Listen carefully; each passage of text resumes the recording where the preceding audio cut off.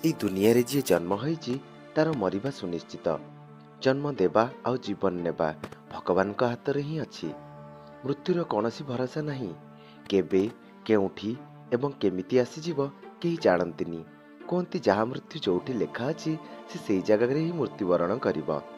କିନ୍ତୁ ଆପଣମାନଙ୍କୁ ଜାଣିକି ଆଶ୍ଚର୍ଯ୍ୟ ଲାଗିବ ଯେ ଦୁନିଆରେ ଏମିତି ବି ଏକ ସହର ଅଛି ଯୋଉଠି ମଣିଷମାନଙ୍କ ମୃତ୍ୟୁ ଉପରେ କଟକଣା ଲଗାଯାଇଛି, ଯୋଉଠିକି ମରିବା ମନା।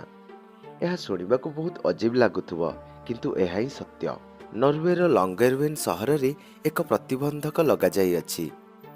ଆମ ପୃଥିବୀର ଉତ୍ତର ଦିଗରେ ଥିବା ଏହି ସହରର ଜନସଂଖ୍ୟା ପ୍ରାୟ 2000 ପାଖାପାଖି ହେବ। ସ୍ପିଟ୍ସବେଗନ୍ ଆଇଲ୍ୟାଣ୍ଡର ଏହା ଏକମାତ୍ର ସହର ଯେଉଁଠିକି ବରଫ ଜମା ହୋଇ ରହିଲେ ମଧ୍ୟ ଲୋକମାନେ ରହୁଛନ୍ତି। ଚତୁର୍ଦିଗ କେବଳ ବରଫ ହିଁ ଦେଖାଯାଇଥାଏ। ଏହି ଜାଗାରେ ଟ୍ରାନ୍ସପୋର୍ଟେସନ୍ ପାଇଁ କେବଳ ସ୍ନୋ ସ୍କୁଟର ହିଁ ବ୍ୟବହାର କରାଯାଏ।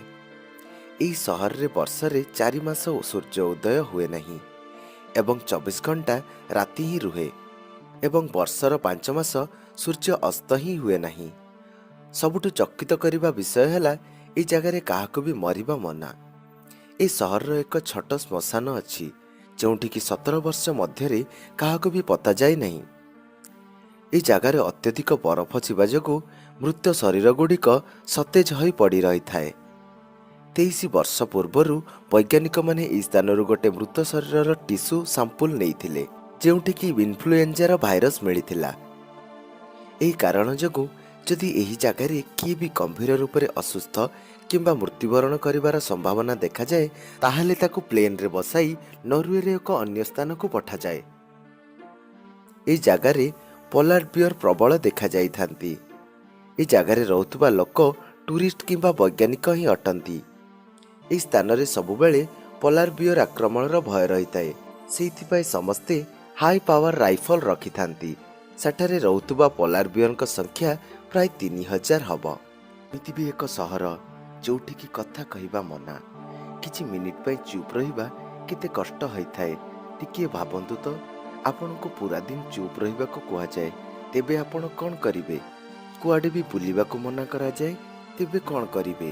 କିନ୍ତୁ ଗୋଟେ ସହର ଏମିତି ବି ଅଛି ଯେଉଁଠିକି ଗୋଟେ ଦିନ ପାଇଁ ଲୋକଙ୍କୁ କଥା କହିବା ମନା।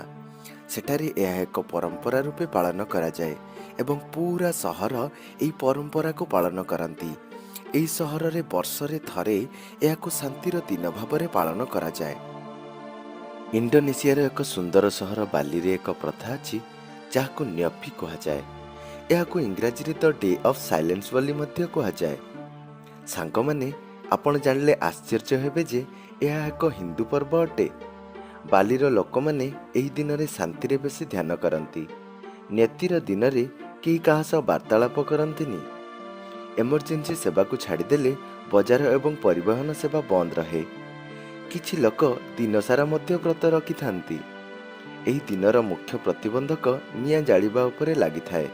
ଘରେ ମଧ୍ୟ ମଧ୍ୟମ ଧରଣର ଆଲୋକ କରାଯାଏ। କିଛି କାମ କରାଯାଏନି। ମନୋରଞ୍ଜନ ମଧ୍ୟ ହୁଏ ନାହିଁ। ଘରୁ କେହି ବି ବାହାରକୁ ଯାଆନ୍ତି ନାହିଁ। ଏହି ଦିନରେ ରାସ୍ତା ପୁରା ସୁନସାନ ପଡ଼ିଯାଏ। ଘର ବାହାରେ କେବଳ ସିକ୍ୟୁରିଟି ଗାର୍ଡସ୍ ହିଁ ରୁହନ୍ତି। ଏହି ଦିନର ଠିକ୍ ପାଳନ ହେଉଛି କି ନାହିଁ ତାହା ସିକ୍ୟୁରିଟି ଗାର୍ଡ ହିଁ ନିରୀକ୍ଷଣ କରିଥାନ୍ତି। ଏହି ପରମ୍ପରା ବାଲିରେ ଥିବା ହିନ୍ଦୁମାନେ ହିଁ ପାଳନ କରନ୍ତି। ଅନ୍ୟ ଧର୍ମର ଲୋକମାନେ ଏହାକୁ ପାଳନ କରନ୍ତି ନାହିଁ।